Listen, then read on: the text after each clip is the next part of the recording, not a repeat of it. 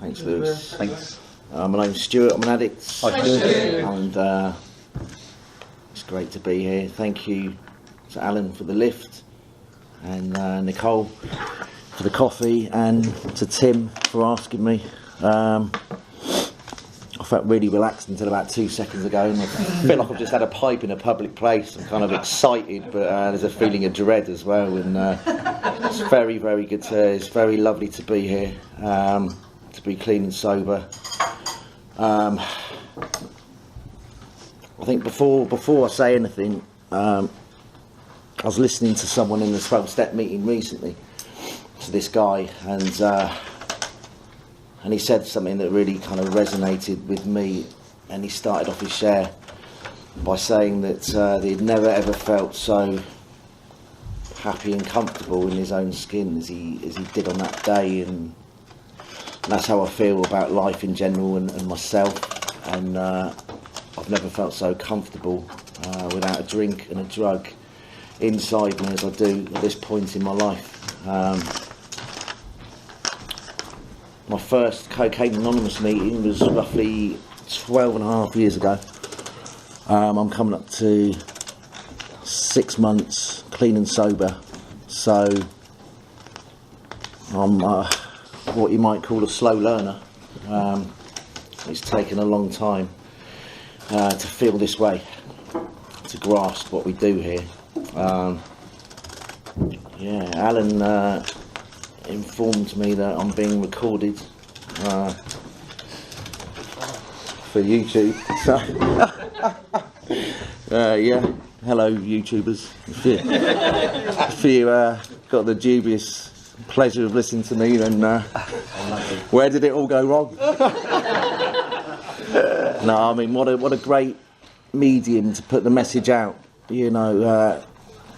And the people that get to speak here, it's a great honour. It really is, you know, to be asked, and you know, for someone to show me some confidence that, you know, I can carry a message, and that message, you know, I come to a lot of meetings, and sometimes I'll remember stuff for some time, but most of it's lost, you know, and I come back, and I need to keep coming back. But it's great that this meeting has a channel on the internet where it's there forever. You know, and who knows, who might stumble across it, you know, in time. But I'd love to say I didn't plan anything.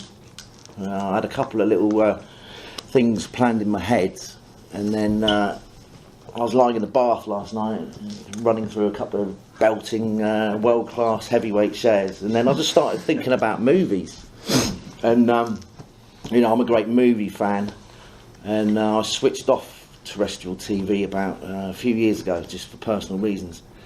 And but I love films and filmmaking. And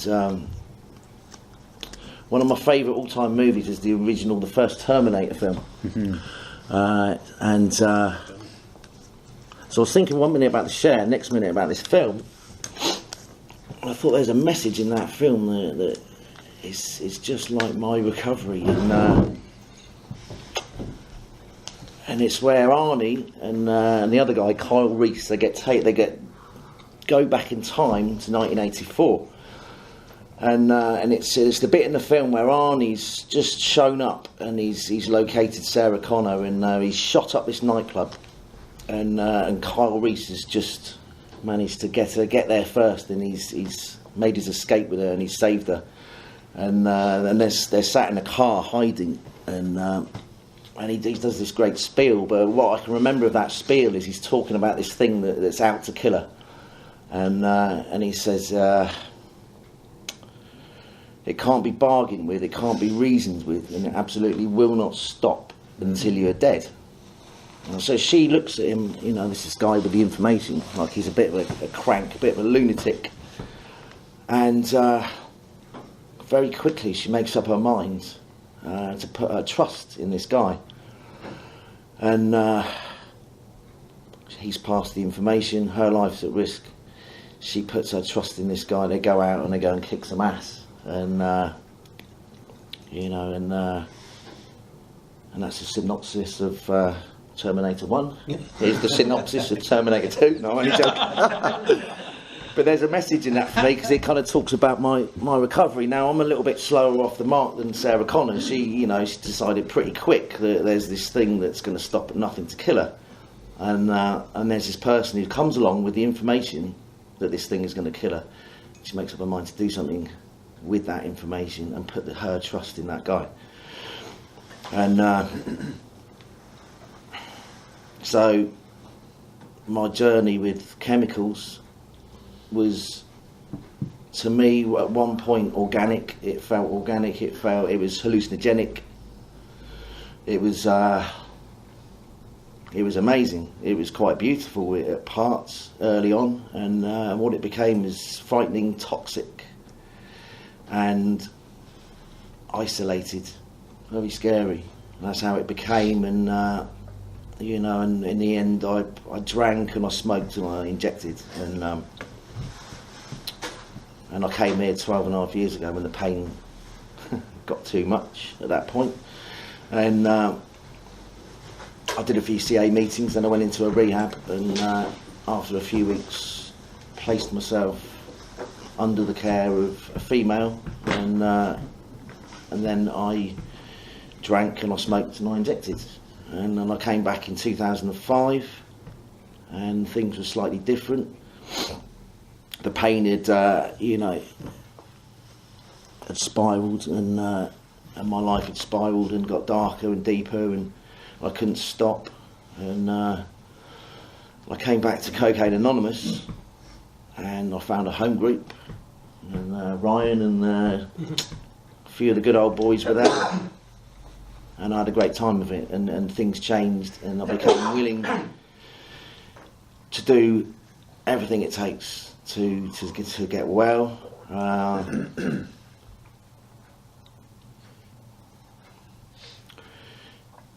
I had a brilliant time, and things changed rapidly for the better, and I had some of the times of my life from 2005 to the end of 2009. The end of 2009, I booked an extended trip to India, and there was a little build-up before I went away, and I remember packing, getting my backpack together, and looking at the big book and the 12 and 12, and just chucking it in the corner, and throwing a couple of other books and my clothes and everything in this backpack, and then I was in India. I was on a beach in India, in Goa, and that's where God showed up. And I hear a lot about God in these rooms, but in 2010, God resided on a beach in India, and God wasn't a he, God was a she, and God liked very loud bikinis, liked to snort loads of ketamine and drink bucket loads of gin. So I joined God hand in hand on the broad highway, because it's a two-way road, and all was well for a little while, and then all of a sudden, a few weeks later, I'm back in England. It's the middle of winter, and there's snow outside, and and the bikinis in the beach, and all those postcard scenes are gone, and those feelings of restlessness, irritability, and discontent were back, and those 60 odd Nurofen Plus codeine tablets per day weren't really cutting the mustard, so I went back to a vigorous course of action to deal with these feelings of restlessness, irritability, discontent. And it would start by picking up the phone in the morning, leaving my flat, going to where alcohol was being sold, and seeing the man coming in, doing what I had to do, going back out again and again and again.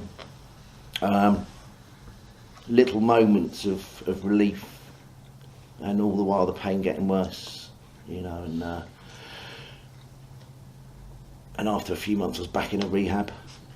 2011, bit of deja vu.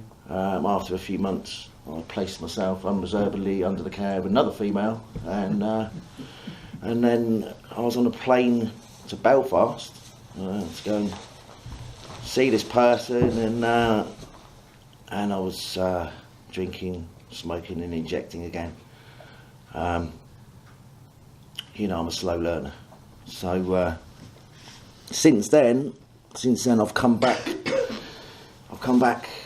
a few times and given I've had various attempts at recovery, and you know, I've come back in and I've worked a 5-step program, and I've gone back out the door and done the same thing, and I've come back in and worked an 8-step program, and the results were exactly the same.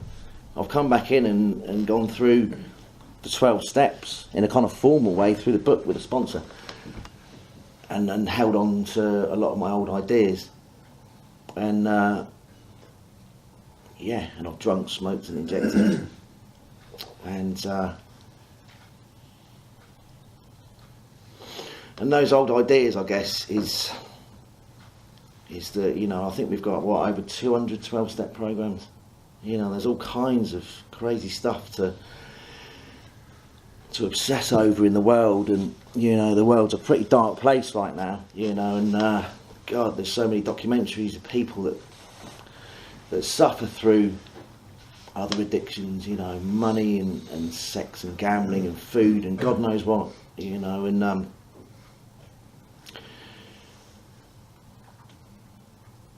everyone seems to be at it.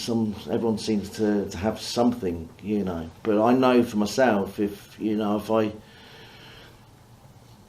I get too lazy around this program, sloth is my number one offender, I've found out, and start looking elsewhere for shits and giggles, then, you know, the chinks in the armour get bigger, you know, and the need or the want to work this program becomes less, and I'm in trouble, you know, and that's what's happened in the past. And you know, I think, you know, I've just said that laziness is my number one offender, and if I'm working a program, then if I'm really working it, then I do believe that I can handle anything that life might throw up. You know, resentment's being one of them. So it's a question of action or lack of action is my biggest dilemma, really, you know. And I'm looking at this cap on the table, belonged to a Richie lad years ago. Some of us, you know, I see Al nodding, remember Richie, and you know, and I remember him, and I remember so many people, and I was sat in a meeting the other night, and all these names of people and faces and came back to me, and a perfect example, you know, he really thought he was okay, and started the social drinking experiment, and you know, he was found alone in a car, overdosed, with a needle in his arm, and that was another sad story, you know. So last year, the experience of being in active addiction with a partner, and having all this knowledge and the experiences I've had, clean and sober for a chunk of time, knowing that life can be that good, and being there doing what I was doing, and I couldn't stop the fury, the motion of what I was doing at that point. All became too much, and you know, and I took a load of pills and I went to sleep, and I did not want to wake up. And when I did, my front door had been kicked in, and I woke up, and I was in my bedroom, and there was an ambulance crew there, 2 police crews, my ex-girlfriend and my crack dealer all in the same room. And you know, not what I was envisioning when I took these pills, but that's what I came round to. And I convinced the police, the ambulance crew, that everything was okay, and they left. And I reckon 2 to 3 minutes after they closed my front door, I was smoking crack. And that's the power of this thing, you know. And I didn't stop there, I carried on. You know, and had a couple more attempts to exit this life, because I've had enough. And the thing is, when I was in that much pain, I could not imagine being part of life again and being happy. It just did not seem that would ever happen again, and I really believe that. I really did believe it, you know. It was so convincing, you know, this illness just talking to me all the time. It was so convincing. You know, early this year, it's, you know, when a window of opportunity opens up like it has done in the past, and they come round quite rarely, and if they come round and a little bit of hope comes back and some willingness, some open-mindedness, and above everything, some honesty with myself, then I stand a chance. And that's what happened this year. Thank God. Thank God. And you know, today it feels different. I know it's different because I'm feeling my way through it more, not just going through the motions or thinking my way through it. It didn't feel so nice at 6 o'clock this morning. I had one of the worst sleeps ever last night, and I woke up with a head that was felt like a mixture of methamphetamine and untreated bipolar, and I really wanted to cancel the day and have a day off work and not be here tonight and all that kind of stuff. And I went into some quiet time, and on one of my readings, the Just for Today thing, it said that most people are as happy as they make up their minds to be. And that's the intent that I took into today, because I can make up my mind pretty quick, early in the morning, what kind of mood I'm going to carry, what kind of energy I'm going to take into situations and conversations and into work, into life, into my interactions with you guys. So I went to work and I did my bit, and I didn't go disappearing to go and see a friend for 20 minutes and come back 3 hours later. And I made some calls to some fellowship people, sent some texts out, and you know, I've come home. Part of my amends process and a life situation changing meant that early this year I've moved my mother into my place, so I can kind of look after her a little bit, because she's been through enough, you know. And my sister's over from Ireland visiting at the moment, so the three of us had dinner, had a chat, which was lovely, and then I linked up with Tim and Alex and Alan and came here, and now I'm sat here, and somewhere in all those actions I found a bit of faith today, somewhere in the action, you know. And I kind of wondered why on previous recoveries that, you know, I'd sit on the sofa for day after day watching movie after movie, and you know, the kind of the faith was waning a little bit, and life, the colour was draining out of life slowly, bit by bit, until the idea of the first one becomes everything. You know, it starts very small, within seconds it drowns out all sense, and every bad experience, every bit of pain that I've had because I'm doing it, and one of the most scary places I've been is walking out the door, knowing exactly where this is going to take me, this one is going to take me, and getting to a point where, do you know what, I just don't give a shit, because I'm going to do it anyway. You know, it's not going to be different this time, but I'm going to be doing it, you know. And I've not had that mindset in these last 6 months. You know, I keep myself really active, whether it's around recovery or around my friends and family outside the fellowship. You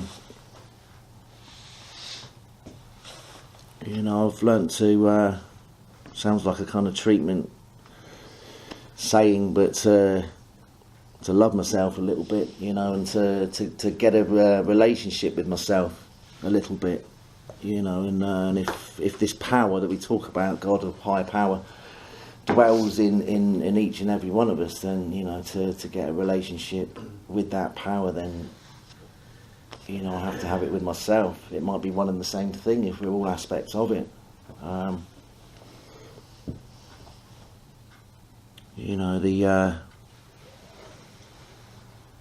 urge to go and change the way I feel hasn't come back, and I do more today than I have done in the past, in previous attempts, because it's very black and white now. It's do this stuff or go back to what happened last year and the early part of this year, and you know, I was gone and I wanted to be gone, and now I'm here and I really, really want to be here. You know, it's an amazing experience. What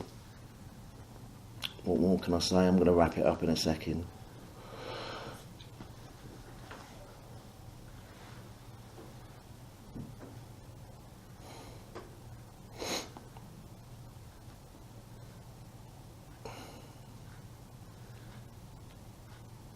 Yeah, thank you all for listening. It's great to sit here and feel connected. Not feel alone behind a closed door. You know, to feel connected to you guys, really connected, and connected to life as a whole. You know, I met a friend of mine earlier this year, and we parted, and she left me with she said a lovely thing. She just said, stay on the good path. It really is the only one that leads home. You know, and I do believe I'm there finally, and there's no destination to it. It's lovely to be on that path, lovely to be here. Thanks for letting me share. Cheers.